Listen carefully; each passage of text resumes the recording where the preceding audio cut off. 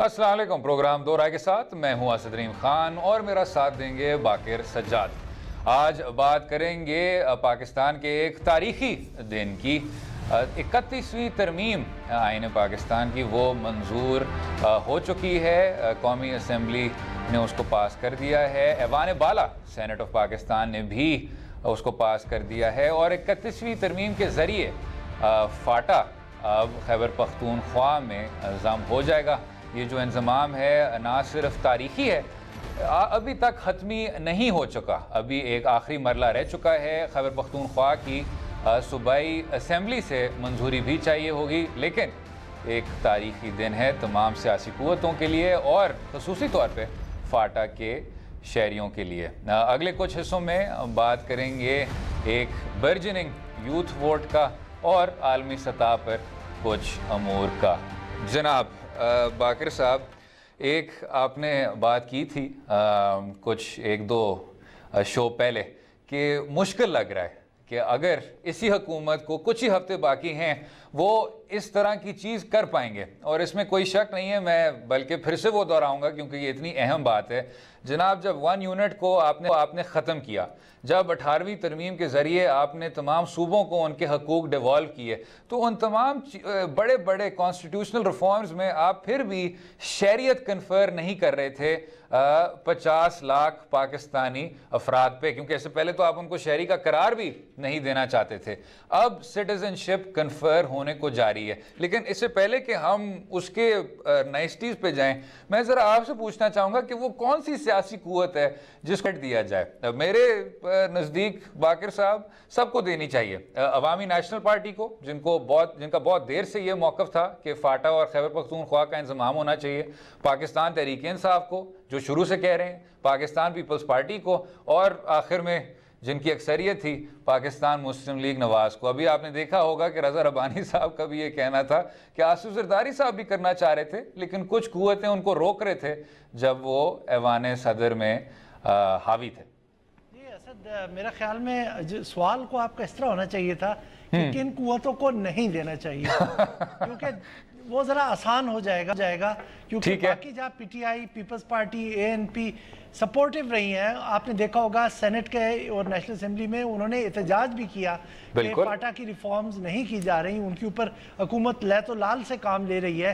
तो वहाँ पर पाकिस्तान मुस्लिम लीग नवाज़ का नाम आता है और उनके इत्तेहादी मौलाना फजलुर रहमान और पाकिस्तान पख्तूनख्वा मिली अवामी पार्टी अचकज़ई साहब का, इन 3 पार्टीज़ का नाम आता है जिन्होंने इस पे, जो अंग्रेजी में कहते हैं ना, they had been dragging their feet, वो इसको मुसलसल खींच रहे थे। और आखिर तक अब देखें 2 पार्टीज़ JUIF और अचकज़ई साहब की पार्टी, उन्होंने या तो बाइकआउट किया उनकी पार्टी ने, या उन्होंने अपोजिशन में वोट दिया। उनके कुछ वेस्टेड इंटरेस्ट थे, उन्होंने ये नहीं चाहते थे। लेकिन ज़्यादा मज़ाक़ खेज़ बात ये थी कि पाकिस्तान मुस्लिम लीग नवाज़ जो इसको तमाम तर जो ना अपनी सियासी मसलहतों की वजह से डिले करती आती रही थी, वो उनकी क़यादत की तरफ से जैसे ही मंजूर हुई तो मुबारकबाद की फाटा की आवाम के लिए वो ट्वीट्स आना शुरू हो गए कि जी मुबारक हो, ये नवाज़ शरीफ का तोहफ़ा आपके लिए। ये नवाज़ शरीफ का तोहफ़ा उनके लिए ज़रूर होगा, लेकिन ये नवाज़ शरीफ साहब तोहफ़ा रोक के रखते रहे। ये आपने कितनी टाइमलाइंस पास की, आपने कितनी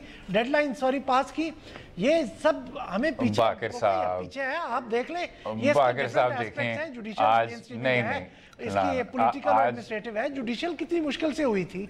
सर आज मुस्बत बात करें, पॉजिटिव बात करें, आज क्रेडिट असाइन करें। देखें, मेरे ख्याल से आप इख्तिलाफ कर रहे हैं। जब मरियम नवाज साहिबा ने कहा कि जी एक और मियाँ साहब का वादा पूरा हुआ, आप इख्तिलाफ कर रहे हैं जब एहसन इकबाल साहब ने कहा कि देखें जी ये नवाज शरीफ साहब की बसीरत के मुताबिक हुआ।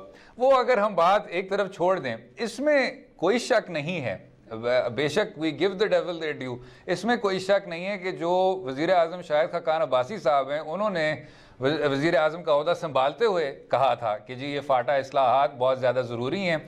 और जो दूसरी बात आपने की उस पर भी कोई शक नहीं है कि आखिरी लम्हे तक फजलुर रहमान साहब और अचकज़ई साहब ने उसको व्हील जैम करने की कोशिश की। फजलुर रहमान साहब तो शायद मुल्क में नहीं पाए जाते, लेकिन JUIF के जो सीनियर लीडरान थे, आपने देखा होगा जनाब, वो आखिरी सेकंड कह रहे थे कि जी कोरम नहीं है, कि यानी असेंबली में उतने अराकीन ने तो शमूलियत ही नहीं इख्तियार की कि आप वोट कर सकते हैं। अफसोसनाक बात है, मेरे ख्याल से तारीख उसको बहुत ज़्यादा अच्छे अल्फाज में नहीं याद करेगी, लेकिन बहरहाल वेस्टेड इंटरेस्ट भी हमने काफ़ी एट लेंथ डिस्कस किए हैं इसी शो पे।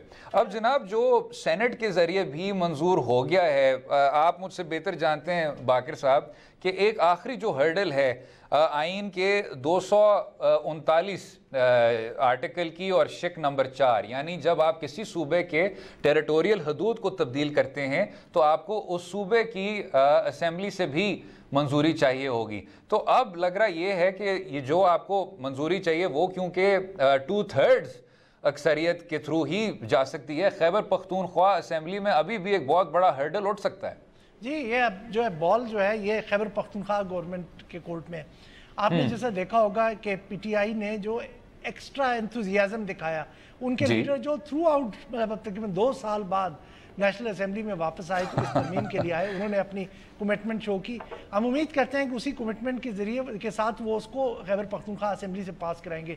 लेकिन वहाँ पर हमें इस चीज़ का भी इदराक रखना चाहिए कि पीटीआई वहाँ टूट फूट के शिकार है, कुछ उनके मेंबरान उनसे नाराज़ हैं, उनके खिलाफ सेनेट के इंतखाबात की वजह से उनके खिलाफ डिसिप्लिनरी एक्शन हुआ। लेकिन अगर हम जो नेशनल एक कंसेंसस बना है जिसमें पीपल्स पार्टी भी ऑन बोर्ड है, एएनपी भी ऑन बोर्ड है, उसके बाद पाकिस्तान मुस्लिम लीग नवाज भी ऑन बोर्ड है, और ये सब मिल के अगर खैबर पख्तूनख्वा में यही इत्तेहाद बरकरार रखें तो वो जो मैजिक फिगर है 83 का शायद है वो उनको अचीव करना मुश्किल नहीं होगा। और जो मेरी इतलात हैं अब क्योंकि उनको कोई ज़्यादा मैं कंफर्म नहीं कर सका, पेशावर से वो तल्लक है उनका, वो ये कह रहे हैं कि जी वहाँ पर भी मैसेजेस कन्वे कर दिए गए हैं उनके पॉलिटिकल लीडरशिप्स की तरफ से कि जी आपने इसको पूरी तरह से सपोर्ट करना है। आपने देखा होगा नेशनल असेंबली में एक वोट जो अगेंस्ट आया वो पीटीआई के एक मुखालिफ रुकन की तरफ से आया, बिल्कुल एक डिसिडेंट की तरफ से जिन्होंने पार्टी छोड़ दी थी। अब वहाँ पर जो एक जिसे कहते हैं कि एक स्पॉइलर का रोल प्ले कर सकते हैं वो JUIF है। अब देखना उनके 11 अरकान हैं और वो किस हद तक कामयाब होते हैं। मुझे नहीं लगता कि कुछ बड़ी रुकावट आ पाएगी, लेकिन पॉलिटिक्स में कुछ भी नहीं कहा जा सकता। जिस तरह आप बार बार जिक्र पिछले प्रोग्राम में भी आपने किया, तो मैंने कहा था कि इस रेस अगेंस्ट टाइम, अब वक्त बहुत थोड़ा रह गया, लेकिन हमारे पॉलिटिशियंस जिन्होंने 4 साल ज़ाया कर दिए इस काम के ऊपर, उन्होंने साबित कर दिया कि जब वो करने पे आए या उनको कराया जाए तो वो 1 हफ्ते में भी बड़ी से बड़ी लेजिस्लेशन कर सकते हैं। तो यहाँ पर भी बजाय मुझे कोई रुकावट नजर नहीं आ रही, लग नहीं रहा। मेरे ख्याल से सिर्फ वो करने पे आए हैं, उनको कराया नहीं गया। और अगर आप ये कह रहे हैं, नहीं, अगर आप कह रहे हैं कि उनको कराया गया तो सेनेट में डिस्कस हुई है सर, अब हम उसको किस तरह से डिनाई कर सकते हैं? मैं बस कह रहा हूँ अगर उनको कराया भी गया तो मेरे ख्याल से आपका इशारा अवाम की तरफ है कि अवाम के पॉपुलर सपोर्ट से उनको कराया गया और उन्होंने कहा कि हमने अपने मैंडेट को मानना है, इसलिए हम ये कुछ कर रहे हैं। आपकी मासूमियत पे रश का हमारे देखने वाले इतने मासूम नहीं है। उन्हें पता है कि जब जुडिशियल जब इनकी हुई थी मेन स्ट्रीमिंग हुई थी, जब पेशावर हाई कोर्ट और सुप्रीम कोर्ट की जो जुरिसडिक्शन एक्सटेंड करने के लिए था, तब भी इसी तरह के रोड़े अटकाए गए। उस वक्त बाकिर साहब देखें जमहूरी पहले मैसेज कहां से बाकिर साहब जमहूरी प्रोजेक्ट को सबने रिपोर्ट है वो पढ़ा है। आप कुछ इस तरह से इनको अवाम को क्रेडिट देना चाहते हैं कि हमारे सियासतदान माशाल्लाह हमारे ये डेमोक्रेसी यकीन रखते हैं, लेकिन शायद अवाम का इतना उनको दर्द नहीं है और उसको हम सबको सेलिब्रेट करना चाहिए। और जिन हाथों ने वहाँ के अवाम को महरूम रखा इस हक से, उनको भी हमें आइडेंटिफाई करते रहना चाहिए, ताकि अब जब इलेक्शन में ये खैबर पख्तूनख्वा और फाटा के अवाम जाए तो उनको पता हो कि कौन लोग उनको इस जो ये इख्तियारात मिल रहे हैं या मिल चुके हैं, उनसे किन्होंने उनको इतनी देर तक महरूम रखा। और इसमें एक और भी चीज़ है जनाब, और खैर जिनकी बात आप कर रहे हैं कि उनको किन लोगों ने महरूम रखा, उसमें कुछ आपके एक्सटर्नल फैक्टर भी हैं। यानी अगर आपने एक इतनी कुछ दहाइयाँ लंबी जंग के साथ आपने अपना बॉर्डर रखना है, अफ़गानिस्तान में जो पहले रूसियों की तरफ से जंग हुई और फिर अमरीकियों की तरफ से जंग हुई, उसमें फाटा बेतहाशा मुतासर हुआ। लेकिन उससे आगे बढ़ के भी जनाब जो एक चीज़ देखनी होगी, आपने बिल्कुल दुरुस्त फरमाया, दिन ये तारीखी है, लेकिन हम 2010 में भी 18वीं तरमीम के पास होने के बाद भी यही कह रहे थे कि ये वाकई में तारीखी है। और फिर हमने देखा कि आपके जो सूबों में स्ट्रक्चर था, हालांकि 18वीं तरमीम से आपको बेतहाशा फ़ायदे पहुँचे, आपके जो सूबों का स्ट्रक्चर था वो सही तरह उसको एब्जॉर्ब नहीं कर पाए, और 8 साल बाद भी एक लर्निंग प्रोग्रेस, एक लर्निंग प्रोसेस है, अभी भी एक तरह का सफ़र जारी है कि हम किस तरह से सूबों को पूरी तौर पे इख्तियारात डिवॉल्व कर पाएँ।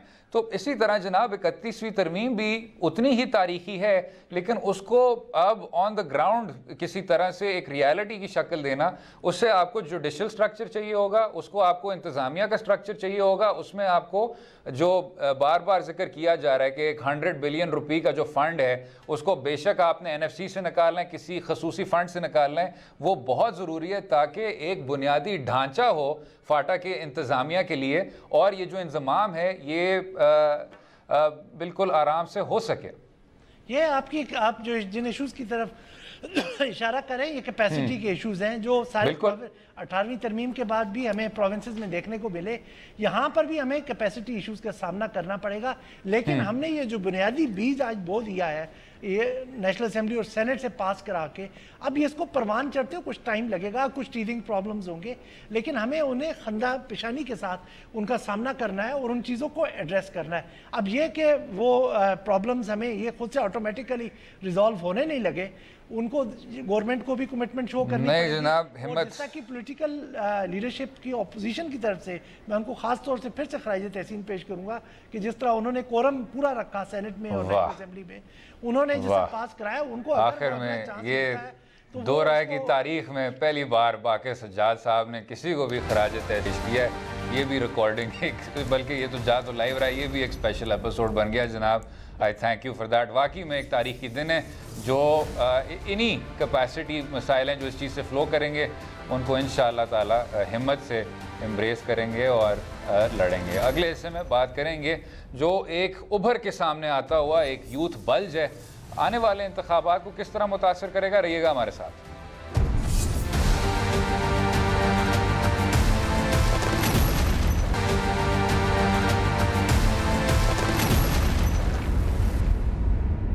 वेलकम बैक टू दो राय। बात हो रही थी तारीखी 31वीं तरमीम की, लेकिन पहले ज़रा सुन लेते हैं वज़ीर आज़म साहब का क्या कहना है, पाकिस्तान तहरीक इंसाफ के चेयरमैन का क्या कहना है। ज़रूरत इस बात की है कि फाटा के अंदर जो डेवलपमेंट की कमी है उसको पूरा किया जाए। ये पहला स्टेप है कि पाकिस्तान एक बड़ा ज़बरदस्त कदम ले रहा है उसको दूर करने के लिए, लेकिन हमें ये समझना चाहिए कि ये आसान नहीं है, इसमें प्रॉब्लम्स आएंगे। जनाब कतरा कतरा दरिया, लेकिन ये जो कतरा ये ख़ुद ही इतना ज़्यादा तारीख़ी है। आखिरकार आपकी जो सियासी क़ुव्वतें हैं वो यकजहत हो गई, मुत्तहद हो गई और उन्होंने इतना बड़ा कदम लिया, with the exception of Pakhtunkhwa Milli Awami Party and JUIF। और अल्लाह करे कि वो खैबर पख्तूनख्वा में JUIF की जानब से इतना बड़ा स्पॉइलर का किरदार ना अदा करें, लेकिन वही जो उन्होंने बुनियादी बात की थी कि अभी बहुत कुछ करना है। और ये एक जगह है जनाब जो बहुत ज़्यादा ट्रॉमेटाइज भी हो चुकी है, ट्रॉमेटाइज हो गई है क्योंकि आपने उनको एक लाकानूनियत के सूरत हाल में छोड़ा हुआ था, उनको अपने डिवाइसेस पे। उधर बेशक आप ड्रोन स्ट्राइक्स होने देते थे, उधर अस्करी कार्रवाइयाँ होती थी, उधर जो आपकी क्रॉस बॉर्डर इन्फिल्ट्रेशन थी वो भी हो रही थी, और सिर्फ इसलिए हो रही थी क्योंकि आपने उनको फेडरली एडमिनिस्ट्रेटेड ट्राइबल एरियाज़ का करार दिया हुआ था। अब आपको ओन करना पड़ेगा। अब खैबर पख्तूनख्वा में जो भी सूबाई हुकूमत है उसको ओन करना पड़ेगा, जो अब मरकज़ में हुकूमत है उसको भी ओन करना पड़ेगा। तो आखिरकार जनाब हम we are one step closer कि आपने इतने ज़्यादा लोगों को सिटीजनशिप, उनको शहरियत कन्फर कर दी। लेकिन वही जिस तरह आपने कहा जुडिशल एडमिनिस्ट्रेटिव ये जो तमाम स्ट्रक्चर हैं कानूनी और इंतज़ामिया से ताल्लुक़ रखने वाले, उनको अभी उनका जो बुनियादी ढांचा है आपने वहाँ तय करना होगा। जी असद, ये जैसा हम डिस्कशन पिछले सेगमेंट में भी कर रहे थे, अब जो नेक्स्ट गवर्नमेंट आएगी ये उनकी जिम्मेदारी होगी। मतलब ये आप 20 के इंटरिम गवर्नमेंट को निकाल दें, जब इलेक्ट होके आएगी तो उसकी ये जिम्मेदारी होगी कि ये जो प्रोजेक्ट है आपके मेन स्ट्रीमिंग का, इसको कैरी फॉरवर्ड करना है। आपने जिस तरह डेवलपमेंट प्लान में आपने कमिट किया है कि $100 बिलियन रुपीस पर ईयर आप फाटा को देंगे ताकि वहाँ पे इंफ्रास्ट्रक्चर खड़ा किया जा सके। आपने वहाँ का जो स्पेशल फंडिंग का सिस्टम था उसको एबॉलिश कर दिया। आपने अब वहाँ पे पैसे देने हैं, वहाँ के लोगों के लिए जॉब्स क्रिएट करनी है, वो सब कुछ होना है। अब गवर्नमेंट ने शायद वहाँ टैक्स हॉलीडे की भी बात की है। तो ये सब कदम अब अगली गवर्नमेंट को ये कमिटमेंट शो करनी होगी। और जो हम पिछले में सेगमेंट में बात कर रहे थे कि ये कमिटमेंट को इसको कैरी फॉरवर्ड करना है। अब तो इन्होंने सबने मिलके शो की माइनस द टू पार्टीज, लेकिन ये अब किस तरह से ट्रांसलेट करती है, ये कमिटमेंट आगे जाती है या बाद में अगर इलेक्शन के बाद खुदा न खास्ता कोई ऐसा पॉलिटिकल टर्मोइल बनता है या वहाँ पर जो नए सिरे से जोड़ तोड़ होता है वो इसको डाइल्यूट ना कर दे। मेरे ख्याल में जो इसके गारंटर्स हैं इस प्रोसेस के, जो इसके अंडर राइटर्स हैं, वो इस तरह नहीं होने देंगे। और मैं ये भी समझता हूँ जनाब, डोंट गेट मी रॉन्ग, दे रहा है दुरुस्त है, इसमें कोई शक नहीं है कि जो उन्होंने किया बिल्कुल ठीक किया, लेकिन अगर ये इस्लाहात जो थे, ये जो इंज़माम का इतना बड़ा आपने एक आइन में आप तरमीम लाए, अगर ये इस हुकूमत के पहले 1-2 साल में हो जाता तो आप ख़ुद देखते जनाब कि जो मेन स्ट्रीमिंग की रफ्तार है वो एकदम से बढ़ जाती, वो स्पीड पकड़ लेती। लेकिन जाते जाते आपने अपने आखिरी 1-2 हफ्तों में इसको करना, और वही जिस तरह आपने किया, आप आखिरकार अगली हुकूमत को ये तमाम चीज़ सपोर्ट कर रहे हैं। और बहुत बड़े इस तरह के लॉन्ग टर्म प्रोजेक्ट्स हैं बाकिर साहब, वो बेशक आपकी क्लाइमेट पॉलिसी है, वो बेशक आपकी मईशत है, वो बेशक ये फाटा की मेन स्ट्रीमिंग है और फाटा का इंजमाम है खैबर पख्तूनख्वा के साथ, ये जिस तरह आपने कहा ये बहुत बिग टिकट इस्लाहात हैं। लेकिन जहाँ तक उनका अमल दरामद है, जहाँ तक उनकी टेक्निकलिटीज़ हैं, जहाँ तक उन तमाम चीज़ों को आपने रियलिटी में तब्दील करना है, वो आपने अगले हुकूमत के हाथ कर दिया है, जो आपकी एक्चुअल जो आपकी लॉन्ग टर्म डिसीजंस थी।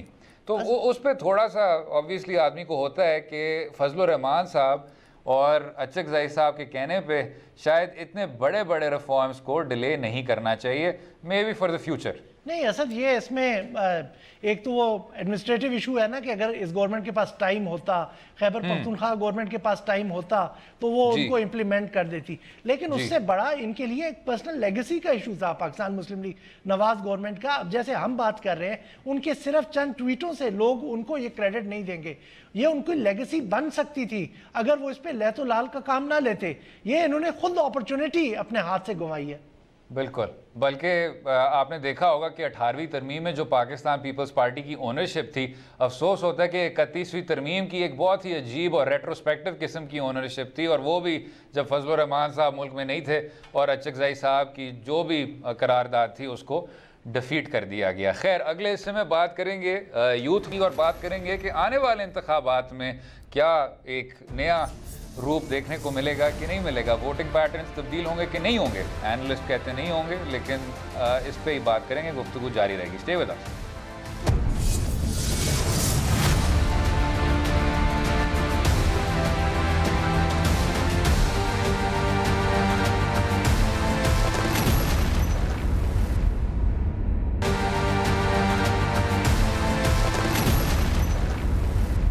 Welcome back to Do Rai. जिस तरह बात कर रहे थे, नौजवान नस्ल इस बार एक बहुत बड़ा वोटिंग ब्लॉक देखने को मिल रहा है, उभर के सामने आ रहा है। उनकी राय भी सियासी जमातों की लीडरान तक पहुंची जा रही है और उनको बहुत ज़ोर व शोर से कोर्ट भी किया जा रहा है। और वो इसलिए क्योंकि जो आपकी नौजवान नस्ल है वो अब कोई 40 मिलियन के वोट ब्लॉक तक बनने को जा रही है, और बहुत बड़ी परसेंटेज होगी वो आपकी पूरी वोटिंग पॉपुलेशन की।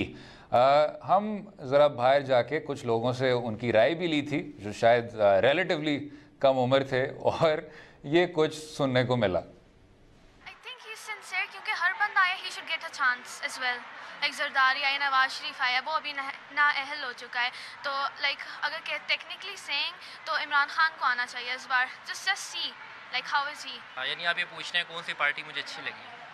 सही पूछे तो मुझे तो कोई भी अच्छी नहीं लगती, तो लेकिन देखें अब पीटीआई मुझे लगता है कि शायद कुछ बेहतर है। अगर मुझे किसी को वोट करूँ तो मैं इमरान खान को करूँगी क्योंकि वो बहुत अच्छा है, अपने लोगों के साथ बहुत सिंसियर है और पाकिस्तान को अच्छा करेगा। वजह ये कि नया हुक्मरान है तो देखेंगे, उम्मीद है लोगों को उनसे, तो देखना चाहेंगे। नए हुक्मरान को भी टाइम देना चाहिए, उनको भी एक दफ़ा चांस दे के देखना चाहिए। बाकी तो बार बार आ चुके हैं एक दफ़ा। आई थिंक हमें उसको एक चांस देना चाहिए।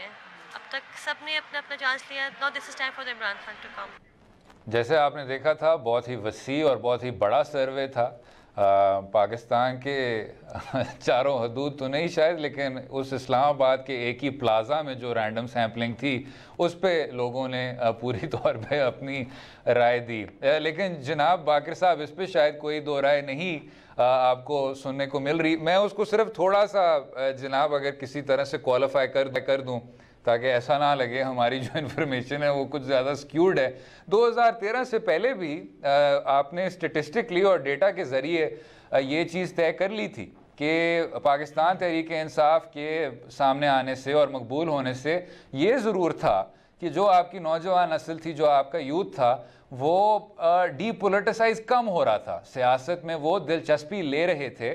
और वो इसलिए था क्योंकि उनको लगता था कि इस सियासी जमात तक उनकी रसाई जो है वो ज़्यादा है, जो उनको पाकिस्तान मुस्लिम लीग नवाज़ में या मजहबी जमातों में या पाकिस्तान पीपल्स पार्टी में महसूस नहीं हो पा रहा था। अलबत्ता जब आपका इंतखाबी नतीजा आया तो आपको यही देखने को मिला कि जिस तरह बाकी भी आपके इलेक्टोरल सेगमेंट्स हैं, तो यूथ भी उसने सिर्फ और सिर्फ पीटीआई को हरगिज़ वोट नहीं दिया, वो उसी तरह बटी हुई थी उनकी। लेकिन दिलचस्पी जो थी सियासत में वो ज़्यादा शायद इसी मुबाहिसे से ट्रिगर हुई। अब यहाँ भी हम सही तरह नहीं कह सकते, हमारा जो सर्वे था बहुत ही रिस्ट्रिक्टेड था, लेकिन एक तब्दीली का नारा है। लेकिन वो तो पाकिस्तान मुस्लिम लीग नवाज़ भी कहती है कि हम एक तब्दीली का नारा लगा रहे हैं और हमारा जो पाकिस्तान है वो रोशन पाकिस्तान है और उसमें सिविलियन कुव्वतों की बालादस्ती है। तो तब्दीली को ऑन करने वाले सब हैं। अब यूथ आपका किस तरफ जाएगा वो मेरे ख्याल से जुलाई में पता चलेगा। असद, ये जो काफ़ी ज़्यादा बड़ी बड़ी फिगर्स कोट की जाती हैं, जैसे कहा जा रहा है कि 46 मिलियन यंग वोटर्स हैं अब ये जो वोटर लिस्ट इस 2018 के इंतखाब के लिए इस्तेमाल होंगी। तो ये चीज़ जैसे आपने बजा तौर पे कहा कि हमारा एक ये यूथफुल करैक्टर हमारी जो पॉपुलेशन का है वो पहले भी रहा है, 2013 के इंतखाब में भी था, उससे पहले के इंतखाब में भी था, और ये प्रोपोर्शन आगे के भी इंतखाबात में इसी तरह से रहेगा, क्योंकि हमारी जो ग्रोथ रेट है पॉपुलेशन की बहुत ज़्यादा है और हमारा जो जिसे कहते हैं लाइफ एक्सपेक्टेंसी वो कम है, तो ज़्यादा हमारी यहाँ यूथफुल पॉपुलेशन रहती है। अब मसला यह है कि इस यूथफुल पॉपुलेशन को किसी पॉलिटिशियन ने या किसी पॉलिटिकल पार्टी ने इनकी कंसर्न्स को उस तरह से एड्रेस नहीं किया, जिसकी वजह से इनमें नौजवानों में एक एनर्जी है, एक ख्वाहिश है कि वो पॉलिटिकल प्रोसेस का हिस्सा बने, पॉलिटिकली अपने आप को एम्पावर करें और अपनी सोसाइटी को बेहतर करें। लेकिन वो उनकी जो एनर्जीज हैं उसको चैनलाइज करने के लिए वो अपॉर्चुनिटीज पॉलिटिकल पार्टीज प्रोवाइड नहीं कर रही हैं। सेल फोन ने, सोशल मीडिया ने उनको मोटिवेट कर दिया है, लेकिन शायद जब वो देखते हैं पॉलिटिकल पार्टीज की तरफ, पॉलिटिशियंस की तरफ, कि उनको उस तरह से रिस्पॉन्स नहीं मिल रहा, उनकी आवाज़ की सुनवाई नहीं हो रही, तो वो उस तरह से पार्टिसिपेट नहीं कर पाते, जिसकी वजह से जो आप बात करें ना ट्रेडिशनल वोटिंग पैटर्न्स वो नहीं टूट पा रहे।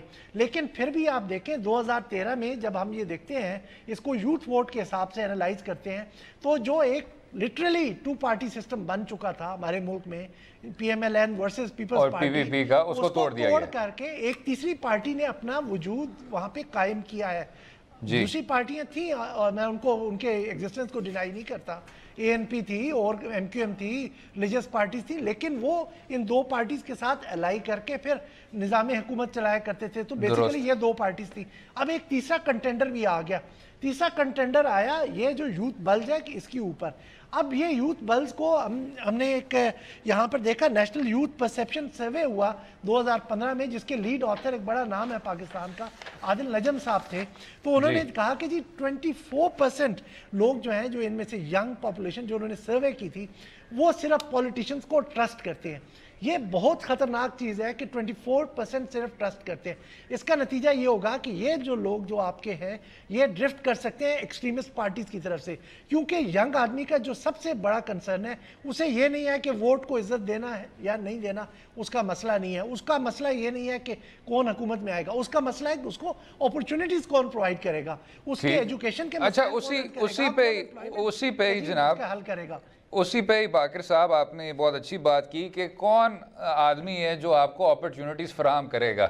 जो 3 नुकात हैं जो कई बार दोहराए जाते हैं जब आप इस यूथ के, मैं तो ख्याल से उसको क्राइसिस कहना चाहिए, यूथ क्राइसिस की आप बात करेंगे तो जो पहला नुकता है जनाब वो ये है कि आपने 80 की दहाई में स्टूडेंट यूनियंस पे पाबंदी लगा दी थी। उससे हुआ ये था कि अब यूनिवर्सिटी लेवल पे या कॉलेज लेवल पे आपको उस तरह की स्टूडेंट लीडरशिप देखने को भी नहीं मिलती। और कराची शहर में तो खसूसी तौर पे आपने इतनी डायनामिक और मैं तो समझता हूँ सियासी तौर पे इंटरेस्टेड जो स्टूडेंट्स का सेगमेंट था, तालिब इल्म तलबा का सेगमेंट था, उसको आपने वायलेंस की तरफ और तशद्दुद की तरफ धकेला था क्योंकि आपने कोई उनके लिए एक आउटलेट छोड़ा नहीं था। जो दूसरा नुकता है जनाब वो ये है, जिस तरह आपने जिक्र किया मुख्तसरन रखेंगे, कि आपकी जो मेन स्ट्रीम सियासी जमातें हैं वो यूथ के जो मसाइल हैं उनको वाकई एड्रेस नहीं कर रही। पाकिस्तान मुस्लिम लीग नवाज़ का मौक़िफ़ यूथ के मसाइल को एड्रेस करते हुए ये है कि चलो जी उधर जाके आप लैपटॉप्स बांटें या आप यूथ लोन स्कीम की बात करें, ये बहुत बड़े पेट्रनेज प्रोजेक्ट्स हैं और ये आपके बुनियादी मसाइल को हरगिज़ दुरुस्त नहीं करते।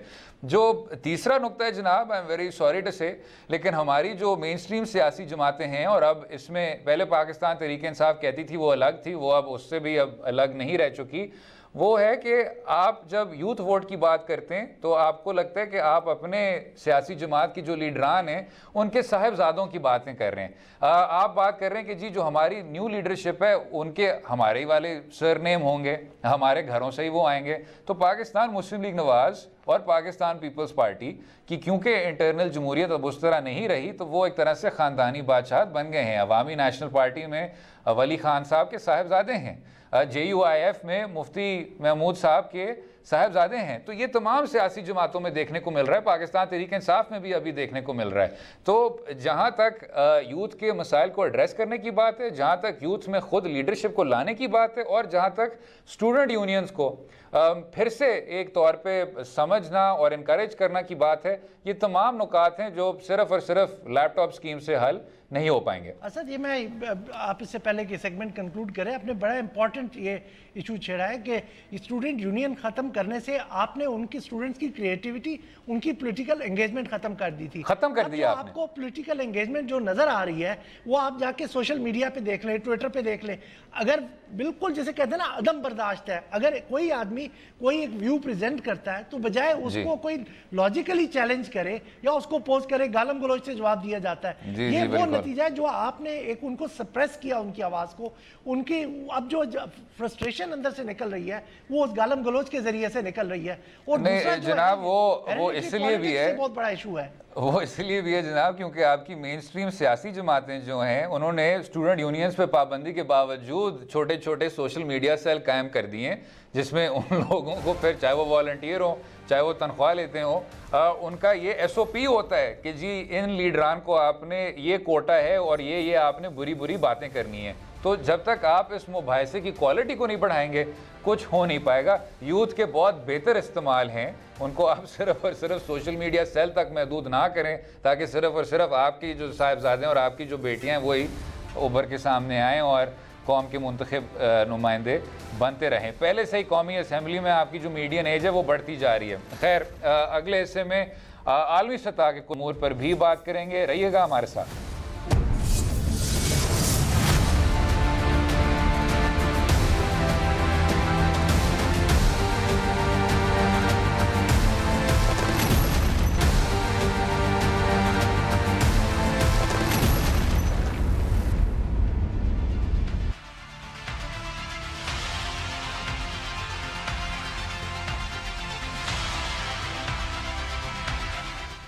और आखिर में बात करेंगे उस एतराज़ की जिसकी वजह से अमेरिका और पाकिस्तान के बीच ताल्लुकात में कशीदगी बढ़ती हुई नज़र आ रही है।